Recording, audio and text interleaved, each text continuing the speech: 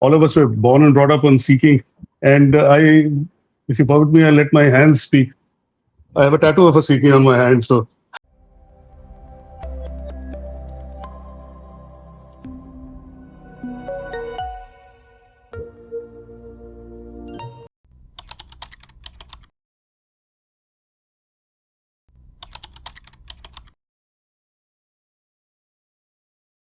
Hello and welcome to yet another edition of Maritime Conversations.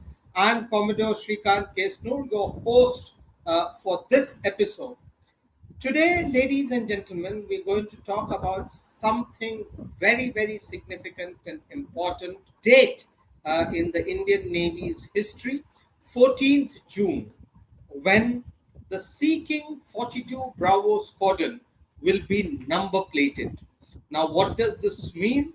In aviation lingo, number plating is sort of drawing down of the operations of an aircraft, but keeping the squadron alive so that its legacy, the heritage and traditions can be taken forward. The Seeking 42 Bravo aircraft, the versatile 10-ton monster of Indian Navy that served the Navy for more than 50 years, beginning from 1971, will wind down on their operations. And that indeed is in many ways a very significant occasion because these aircraft did some wonderful things for the Indian Navy. They essayed a huge role in multitude of operations.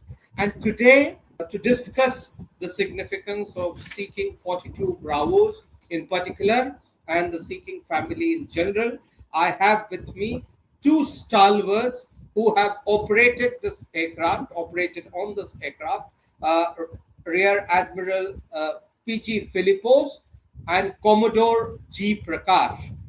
So these two gentlemen have, as they say, ticked all the boxes, been there, done that, as far as the Seeking 42 Bravo is concerned.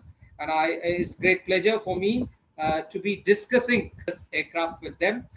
Welcome, sirs, Admiral Philipose, Commodore Prakash. Wonderful to have you on this Maritime Conversations episode. Yeah, thank you, Srikant.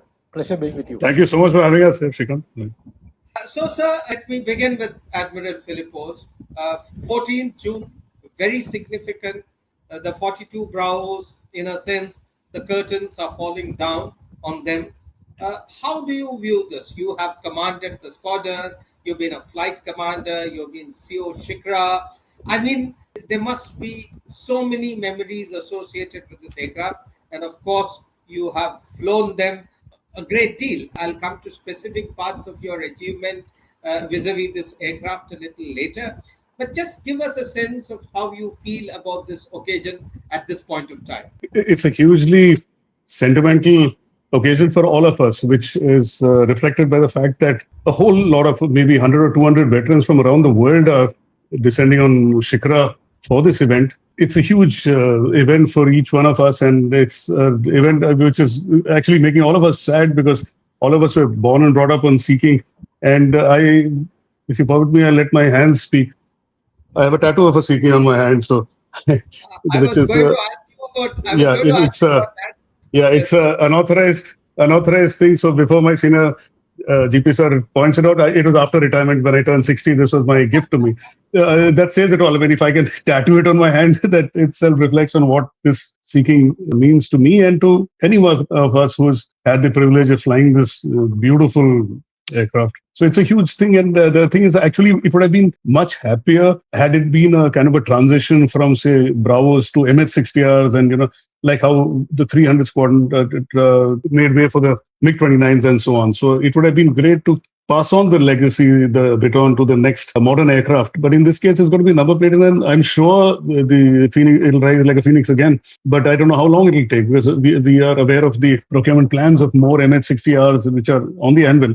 So finally, P30 will rise again, but will it be in Shikra? Would it be in the east? One doesn't really know. But in the meantime, it's going to be number plated. So it is a very sentimental and a poignant moment for each one of us who have been part of the squadron. And so we are very keen to be there for this last sortie of the Bravo. And of course, the Seeking as such is going to continue to fly in the Charlie. There are 642 Charlies and there are about 4 to 5 Bravos which were converted into Charlies, and in the field they call it Barleys. So those are going to Yes. fly and they're going to be used for commando role as well as for trials like the successful NASM missile firing, which is an indigenous endeavor which is of great significance. So that will keep flying. So for us old timers, GP sir and I, we'll still look skywards every time we hear this rob of the Seeking. And but of course, the Quadrant as it is, and this lovely memories which we have embarked and disembarked, and the brotherhood which we had. I mean, it will be a very sentimental moment for each one of us. Thanks. So lovely, sir. You brought out some sense of occasion, sentimental, poignant. You're going to sort of hear the roar of the aircraft, so to say. But you brought out a very significant thing. You said we were born and brought up with this aircraft, and in a sense that defines our generation. So my question, of course, next one is to Commodore G Prakash. But very briefly, of course, I think we must also remember that the earlier generation of the Seeking aircraft were commissioned in 1971, April of 1971, with Commander Vadwan as the commissioning CO, and they were deployed soon thereafter. They participated in the 71 war, did a lot of very interesting things, including being used on the decks of Leanders, the last two Leanders, Vindhyagiri and Taragiri, which was a rare thing for the Indian Navy. But to come back now to 42 Bravos, in which we were all sort of born, brought up, Commodore Prakash sir, you were the air operations officer with this very versatile vehicle.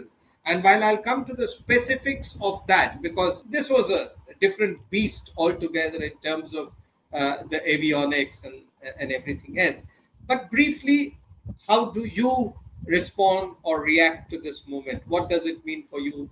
55 years of the Seeking family, about 37, 38 years of the Bravos. What does this occasion mean for you? Yeah, it makes lip set. It means one hell of a lot. I was lucky to be the absolute pioneer. That means the first ever the Seeking conversion course conducted in India. When the 42 Bravos were bought, the initial 6 pilots and 20, if I remember correctly, 20 or 24 Naval Air Operations officers were trained in UK. And the first indigenous conversion was by us. And we actually saw the aircraft being, wheeled in crates, in a crate from, they had arrived by ships in Cochin port and they were brought by road. And in fact, we used to be, as junior officers, we used to be detailed to be in charge of that towing exercise of that huge thing from the Cochin port all the way into Garuda. So I brought in actually the last two, 531 and 532, just 2 nights job, getting that across from there to here. And then finally we saw the real birth of the aircraft, the getting it to work, beginning to train, then writing the books and all that we saw. But more than all that, actually, while it was a birth, just as many things in the armed forces, the real memories, the real bonding, the real pleasure comes from the pains that we went through. Now, those days, you had the Virat and the Vikrant, both operational. Now, the 330 squadron, of which we were a part, was embarking almost 10 months a year. Now, that was fantastic. It was, though, of course, you left your family behind, you didn't see your children growing up. But then this was one hell of a lot of an experience at sea. We shifted from one to the other. The squadron was based in Cochin, but the ships were in Bombay. Virat would come back after 2 months of sailing into Bombay, and we would go off to Vikrant. The next day we go again. Next 2 months we are out, and that was one hell of a thing. And it was a great feeling because we knew that there was nothing like this in the world at the time, and that was the time when the Indian Navy from 1985 was just blooming, finding its way right onto the cover of some famous magazines, this world, and Indian Navy being shown as a superpower. And this, I think, to the minds of Philipose and me, people like us, for us, the 42 Bravo, I think, stood at the absolute, top of that great power that Indian Navy had become at that time. So, having been a part of that was fun, and I was lucky to fly it in the most when it was in its youth, in the aircraft's youth, and its retirement and going into history is something which will be very, very painful. But we look at it with a lot of pleasurable pain. It's a great loss, but it gives us a lot of pleasure. Yes, sir. You mentioned pleasurable pain, and I understand that completely because I'm glad you gave a sort of historical perspective in suggesting that there was nothing quite like this at that time. I mean, the reason you are embarking for 10 months a year was simply because the seeking brought so much, I mean, to use that word again, versatility, so much value it added. It was a force multiplier, to use that word again. But now help us unpack it a little, because what made it so powerful, what made it called a flying frigate, was the fact that it packed such a huge punch. So the follow-up question to you, Commodore Prakash, is this: that it's combo of torpedoes, of Sea Eagle missile, of the Super Searcher radar, the Hermes ESM, the Avion, the Sonics, the Sonoboys, all that system integrated in the tactical computerized system, that made this a completely different behemoth. So help us unpack a bit about what made this aircraft really the top of the world at that point of time. That fantastic story actually needs a 30-second prelude with the Cold War ending and the Russian submarine threat being with the biggest thing for the Americans and for the West. They come up with the Sikorsky SH-3, if I remember correctly, which was a pure ASW, and of course SAR and all that, like other helicopters. And the British actually took the design into Western helicopters, and they made their own version of it.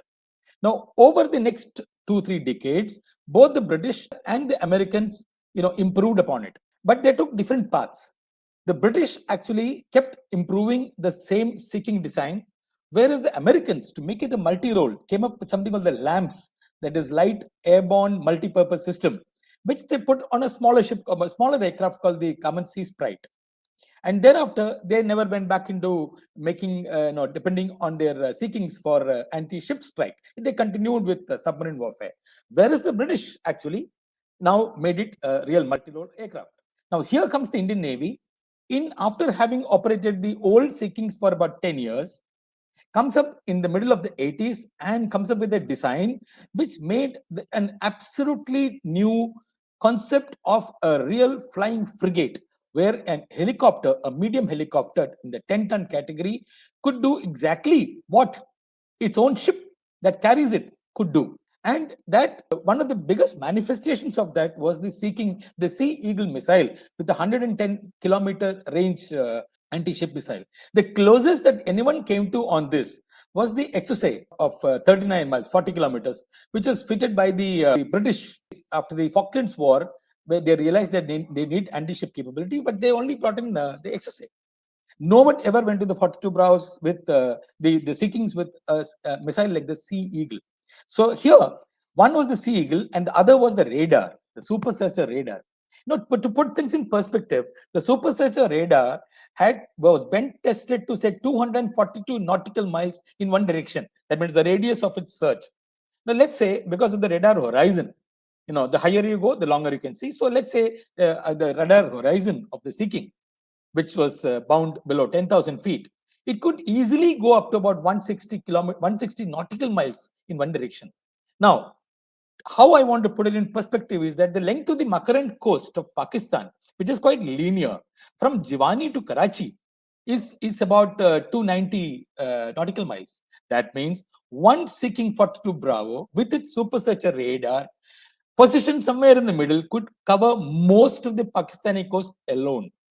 That virtually made the Arabian Sea a pond for the Indian Navy.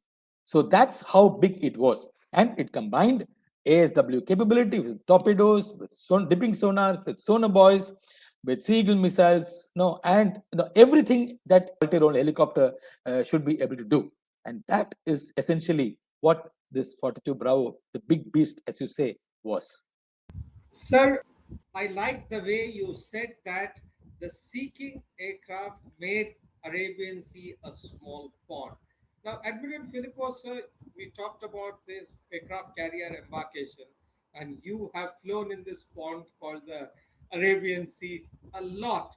you have the distinction of landing the seeking aircraft on all four aircraft carriers of the Indian Navy, the Vikrant, the Virat, the Vikramaditya, and the new Vikrant, including being the first one to land the seeking on the new Vikrant. Now, from your perspective, and of course, you've been involved in a whole lot of these missions that Commodore G Prakash spoke about. So, did you also get that sense of um, owning the world and owning the seas when you sat in that pilot seat and felt that thrill of operating this aircraft? All respect to the Naval Air Operation officers. So I would say that from a pilot's perspective, we did the fun stuff of flying the all the tactics and everything was and sensor operations and all were by the NAO. We made sure that the aircraft went, the helicopter went out safe and came back safe, and wherever we could contribute a bit. So we had there's a cockpit display unit in front, so you get a compressed picture of what's happening at the back, and then we would obviously monitor what's happening. But huge, I mean, the whole mission was the NAO's responsibility to a large extent. So hats off to people like the front runners like GP sir and all who actually inducted this aircraft. And there was this IF2 flying and testing unit, which was headed by the iconic Commodore Purohit, who was a test pilot from the Empire Test Pilot School. So and he had a varying seniority of guys with him, from senior pilots as well as NAOs to junior guys, and they are the people who unraveled the capabilities of the seeking over a period. I joined much after that, so probably GP sir would have been part of this IF2 and all. So now talking about ruling the seas and all, like as a youngster, I remember once we heard about a story where a frigate had they were doing this cross-coast deployment, and when they went there was this unnamed, very tough CNC East, and we still remember that he said, if you come without a Bravo, go back. So that one felt really good about. I mean, that's the importance which the seeking was given at that time. It was the absolute platform of choice because it could do everything which a ship could do, like Commodore GP sir had mentioned. So it felt good. So even as a youngster, if you did a mission from Virat or Vikrant, you come back and you head for a debrief to the fleet commander directly. So that sort of thing. So you felt good because the whole subsequent actions in war game, or whether it's tropics or what it was largely based on inputs given by us, especially in the initial days of the operations, whereas the forces were opening out and all that. So that was a great feeling, and the fact that you could switch mission halfway. So you always carried those 28 sonar buoys, and of course, your sonar was always the HS-12. So you may have gone for a surface search, but halfway through, and sorties were long. Like you would go for a 4 hour sortie. You would open out something like 150 to 200 miles from the carrier or the frigate. I mean, whether it's or destroy Delhi or Godavari or whichever ship you're operating from. And halfway they may say, hey, go and drop sonar buoys there, or dunk in so and so area. So that flexibility which you had was really great. I mean, and one felt really good. I mean, especially in your younger days, that you could bring so much to the battle, in the sense in all domains. And ESM, of course, it was classic. The ESM Hermes, one heard of, and of course that's your domain, case. So you obviously know of the time when this came in. It was a fantastic toy for the fleet, in the sense. So there were times when one heard of the seeking on deck and with some AC hoses and all, keeping the system cool and running the ESM system from deck. You would have obviously heard of this. Yes. So these were really classic sensors which we had.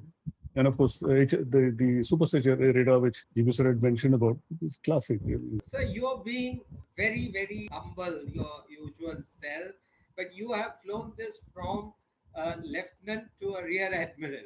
And you talk of the feel good factor in one way, but I think history will record that you were only the only one to operate from all four decks and being the first one to land on Vikrant.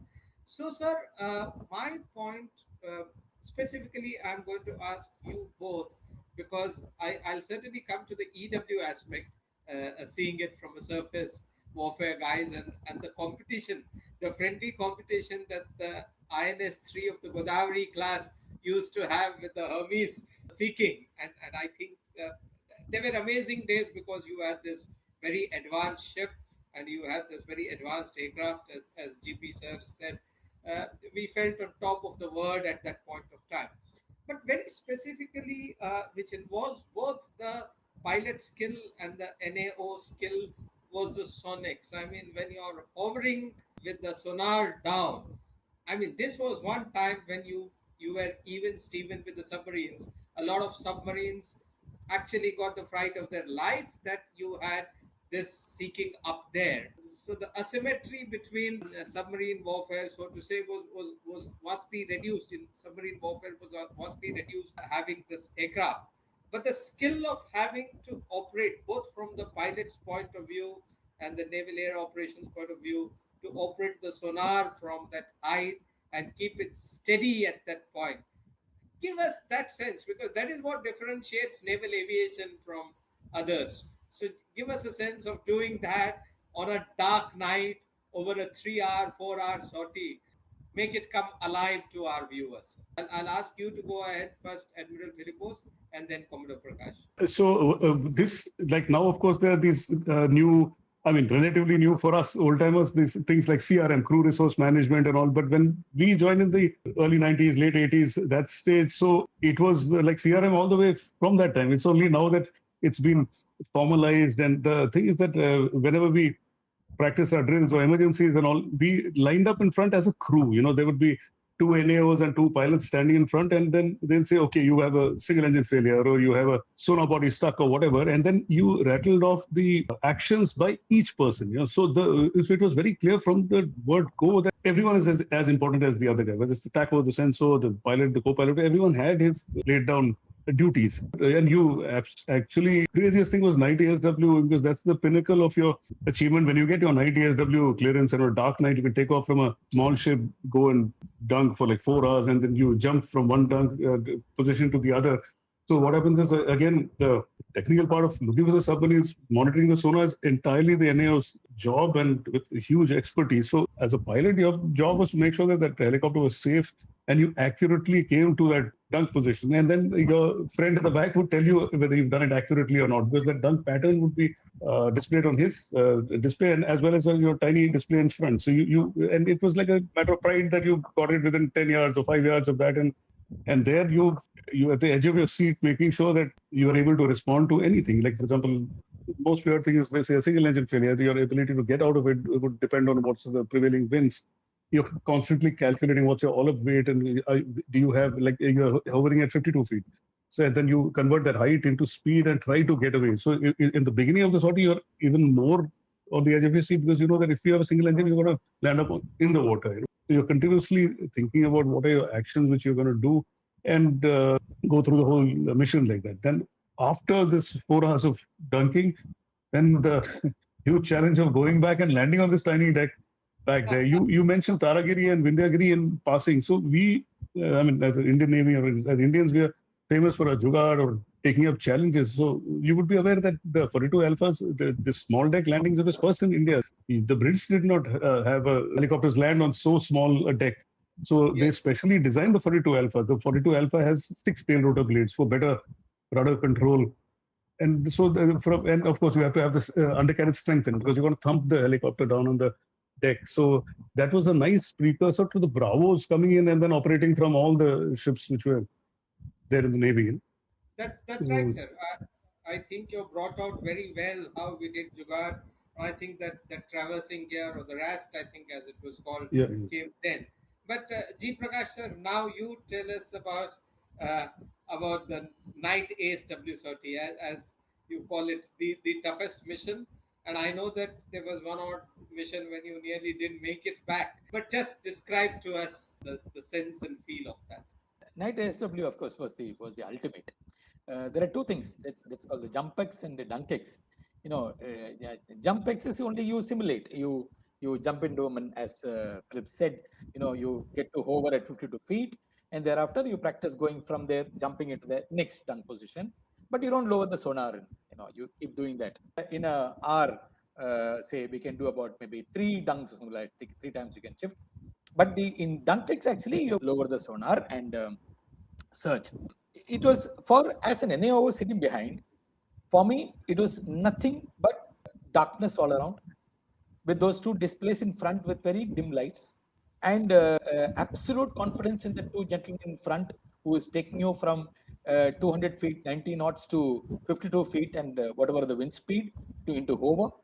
And once they say, hover is established, you can clear to lower sonar, then that sonar goes down. And that's an amazing world where you actually, in your mind, pit yourself against that submarine captain underneath. For the submariners, it was the greatest difficulty to have an unexpected sonar dipping down into in where they were. They couldn't, if they went move fast, then they made noise and we would catch them. And if God forbid, if our sensor was too close to them, we'll get them on active transmissions. It is a big challenge for the submarine captain, and we could actually feel ourselves pitted against that person who is underwater with all the advantages. And this is the only craft, a helicopter, which can actually give a submarine value for its money and run for its money. Now, so once we do that, we don't actually, there is so much of danger, as Phillips is saying, especially in the beginning of the sortie when you all of it is high, you haven't spent too much of fuel. At least even in our minds, that fleeting thought also never came that even if something went wrong with one of those Rolls-Royce engines, we might have to sit on water in the middle of the night on dark, moonless nights. But that idea never crossed us because there is the supreme confidence of the two gentlemen in front and that fantastic crew which kept these wonderful machines going. The seeking community all over the world would associate the word leaking with seeking, because seeking had all kind of fluids in that, and they would leak all the time. But that's how the entire world managed it, and it was that. But at that 2.5 hours later, once you pick up your either if you get a submarine, then it is bliss, unexplainable bliss. And even if the submarine was not detected, the 2.5 hours of doing this and then leaving that part, you felt as if you had actually run around the earth twice. You felt so tired. You just wanted to get back to the ship and again, and surrender yourself to the two gentlemen in front, the two pilots, to get you back to the ship and some much deserved rest. And the happiest part, as Phillips brought out, was that, as young officers, which fleet commander or which CNC or which command staff would know us by names? But in those days, yes, they knew us by name. And it was the most exhilarating thing to be identified as young officers, because the platform was so important to the Navy. The platform was so productive to the Navy, the operations of the Navy. Everyone who was bothered about operations knew us personally because we were so integral to that entire thing. So those night SW missions, like everything else, was an absolute bliss. Wonderful, sir. Absolute bliss. Most exhilarating experience, and sentiments resonate.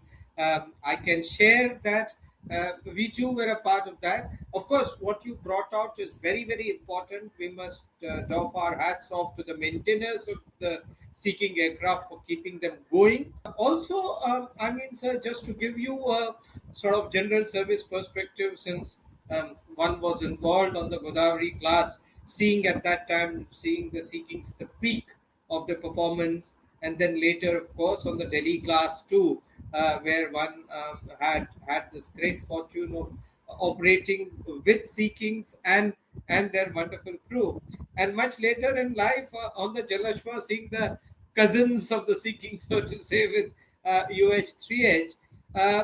There is, if I can call that, a fair bit of association with the seeking community.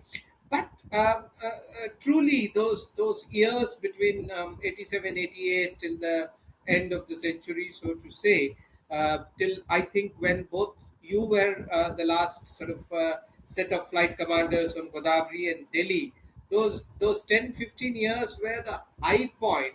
And to have been in the fleet, then to have seen, to have competed, to be in the ops room, waiting, listening for what you guys are doing, to await your arrival back, to sort of joust with you in the wardrooms, to compete in the EW field, so to say, or to simply interact with the best set of professionals. Yes, of course, we admit the fact that you were known to the senior officers and we were not. The spirit of that time was of a fleet that even if you had one Godavari class or two Godavari class with two Seekings, you felt you had 4 or 5 units out at sea. So that was the kind of thing that the Indian Navy had at that time, and I really share that. But just to ask last round of questions, of course, we can talk about a lot of contemporaries. But Commodore Prakash, sir, you were involved in writing the guidebooks for the Sea when they came in, and then you are involved in subsequently in headquarters in different billets. And so indeed was Admiral Philipose, who went to become the ACNS Air and Phona.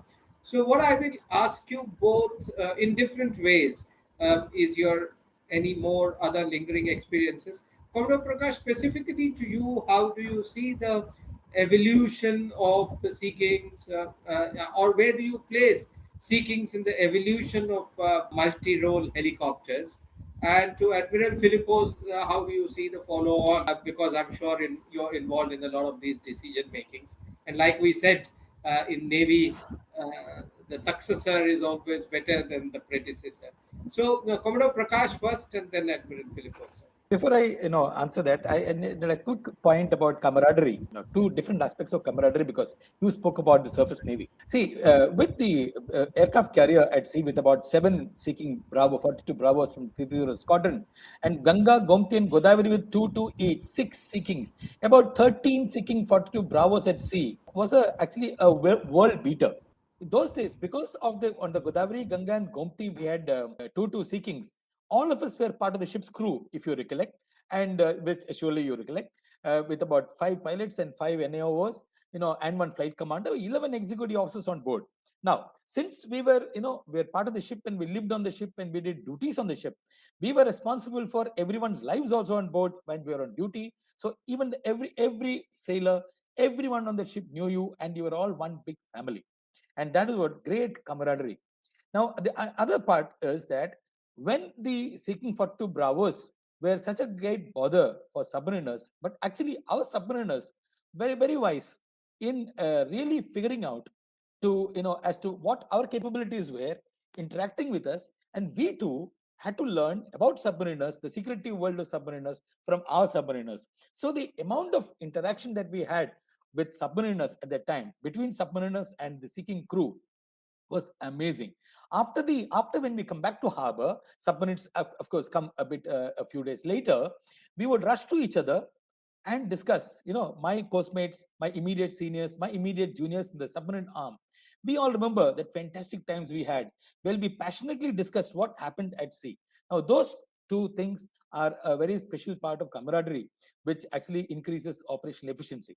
Now, having said that, as to your exact question of where does it all figure in the evolution? Yes, the Canadians are the ones who put it on a small ship for the first time, but we were the ones. The Indian Navy was the one which, along that entire evolution of the seeking family, with the Americans and with the British, we were the ones who really took it to the heights, the greatest heights of it all. The only thing that which is different, what we did not do, was probably the seeking Mark 42 Delta, the D, which the EW version made by the Britishers.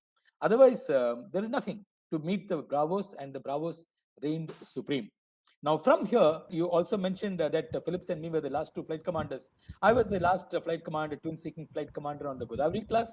And when we left, we gifted a big painting of 2 huge elephants to Godavari, and we wrote underneath that we will return. And I really look forward to the day when all our ships will have 2 of these world beater helicopters of the kind we have again started getting, operating in those kind of numbers, with that kind of camaraderie, with that kind of operational bonding again at sea, to keep the Arabian Sea, continue to keep it as a pond. Lovely, sir. We will return. I mean, you're almost seeming like Makatha there. But Philip, sir, I think he has put it very beautifully. Before I ask you, of course, about the fact that there is a new aircraft already, and then of course the Flaming Arrows and Falcons are still around to carry the legacy. And the Navy is practical in sometimes retiring some of these aircraft. But one of the things also we must not forget about the Sea Kings is that we've spoken so much about their missions, about what they carried, but but they were hugely successful in SAR, for example. We saw recently in Tote and several things. I mean, this was really multi-role in different ways, and you have seen them all. So weigh in a bit more on other aspects of the seeking aircraft, and also how do you see the successor aircraft, since you are in the driver's seat in a different sense with regard to naval aviation.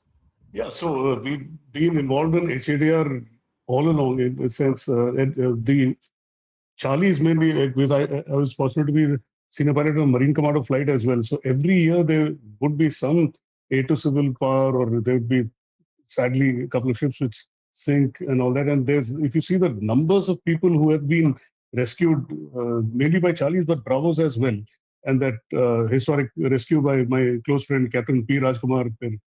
He's the Shaurya Chakra Nausena Medal.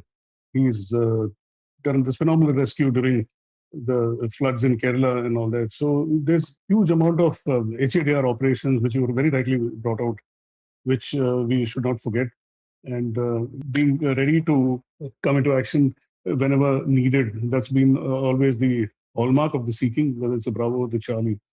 And so that's the first part of the question. The second was about the successor. So it's been a long journey, which Commodore GP is well. I mean, he got into this from 2004 onwards. Actually, after Godavari had come to Naval Headquarters. So I latched onto this only in 2011 when I'd come back as Principal Director Aircraft Acquisition. So I'm fully clutched in with what the journey was to zero in on the MH-60R. So the choices, others were not really directly involved in these helicopters. So a layperson would think that, look, in this 12-ton category or 10-ton category, there are many choices.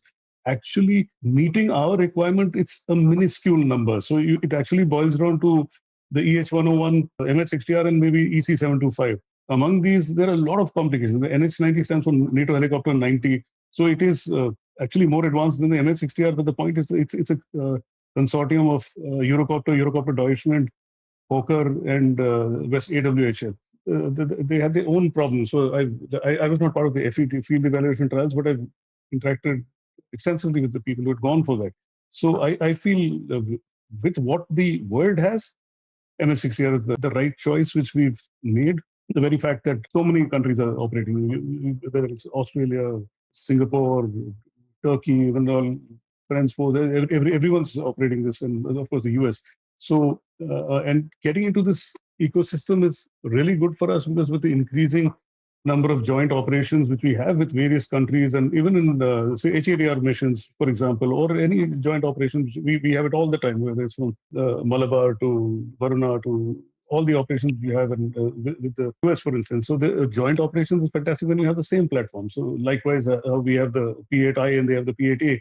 So there's a lot which can be achieved when you have the same platform. So I was really excited about the MS60R coming in, and as you're aware, it was a FMS, foreign military sales. So we've got it in the same, almost same configuration. In fact, I'll be cocky enough to say it's in a better configuration than the US Navy because we have a better sonar. So I think taking the right decision, and then the fact that we're getting more of these till we have our own indigenous naval maritime helicopter, our numbers required upwards of 100. So the fact that we got 24 and probably a follow on another 24, that would kind of meet the immediate requirement, sort of.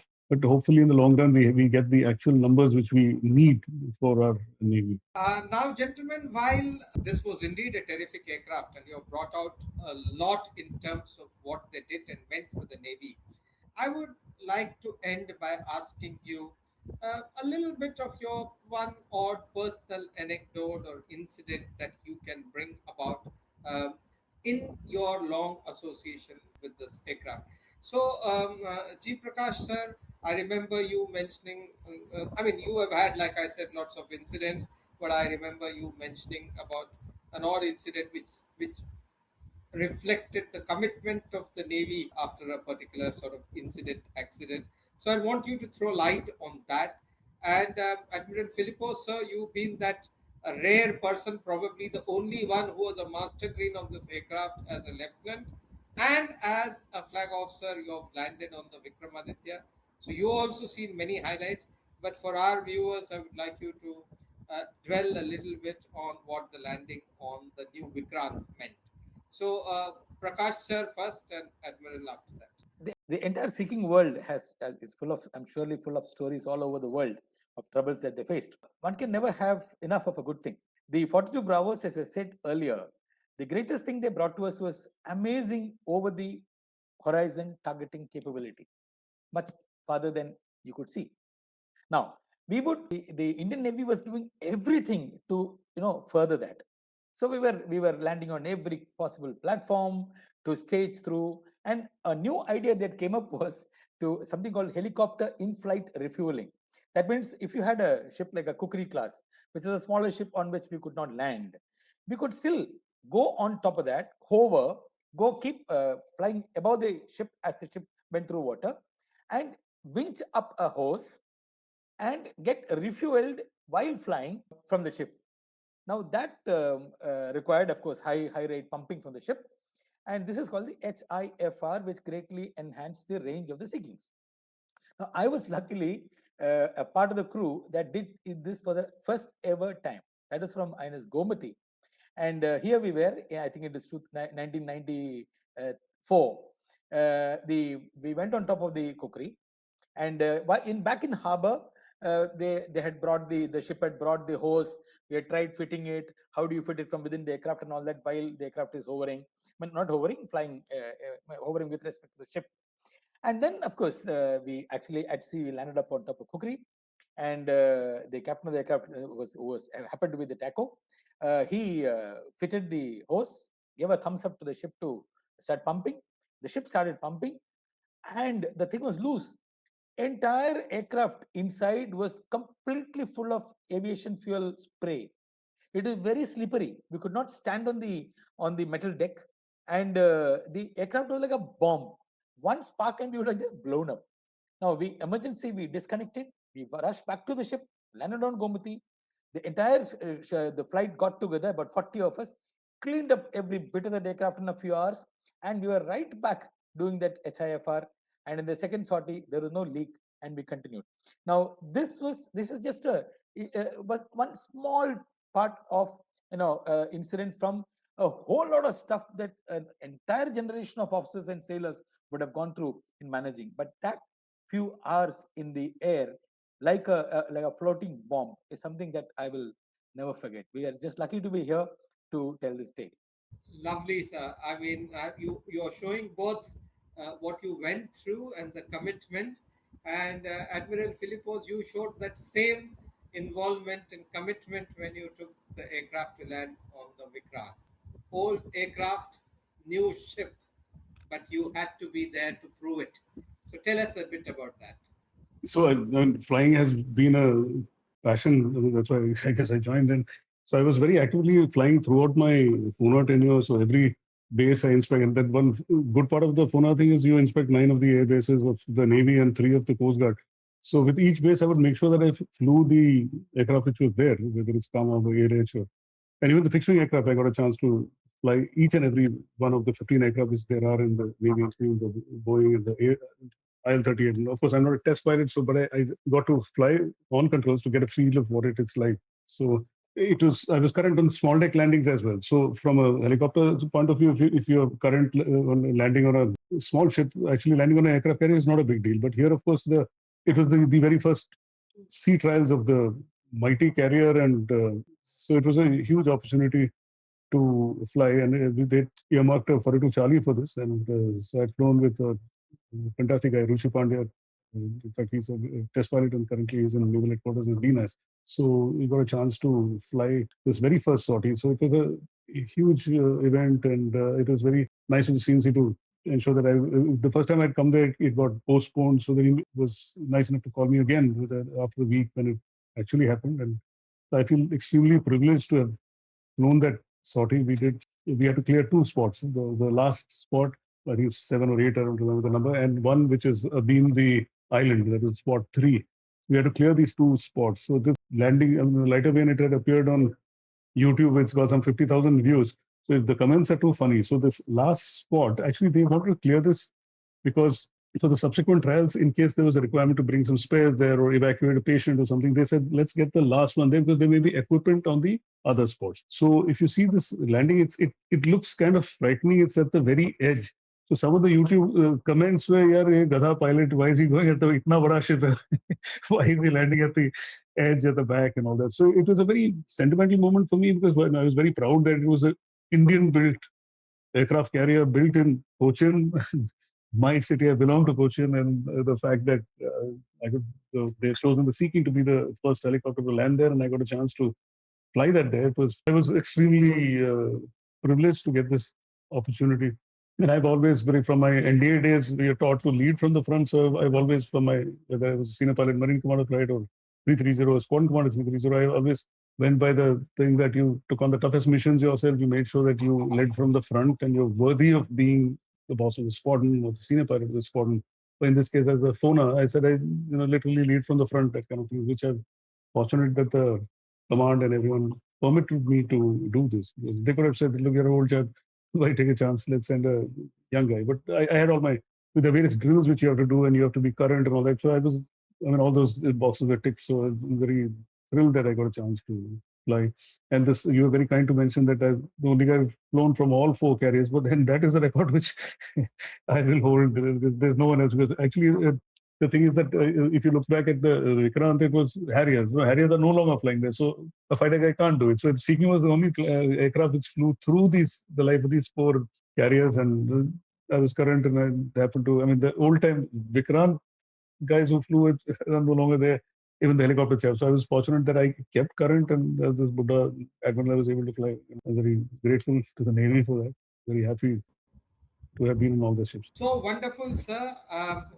Very reassuring to hear that if the Sea Kings in the late 80s, Sea King 42 Bravos, reflected the rise of the Navy at that time, which saw us on the covers of international magazines, as Commodore Prakash put, I think the MH series now will reflect a new Navy which is growing up in leaps and bounds. Blue water Navy, a super Navy with huge, many powerful combatants. But Commodore Prakash also spoke about people and camaraderie. I think all 3 of us being contemporaries in a sense, I think many of our best memories of Sea Kings come from the people who made it. It would be unfair to single out anyone here, but I think the Sea Kings have produced legends. They have produced admirals, flag officers. But above all, I think the Sea King family has produced great characters. And many of these characters, I had the good fortune of interacting too. It was wonderful, right? Severing that moment. And though I'm a surface Navy person, let me assure you, sirs, on the 14th of June, there will be a tear or two shed from my eye too, because it is sad to see this wonderful aircraft being drawn down, so to say. The ships on which they flew are no more. But as Commodore G Prakash says, while we might not return, they certainly will in more powerful avatars and for a bigger, better, brighter Navy in the days ahead. Thank you so much for being with us, sir. It's been wonderful having this conversation with you, and real pleasure having you, gentlemen. Thanks a lot. Pleasure. Thanks so much. Thank you for having us. Thank you.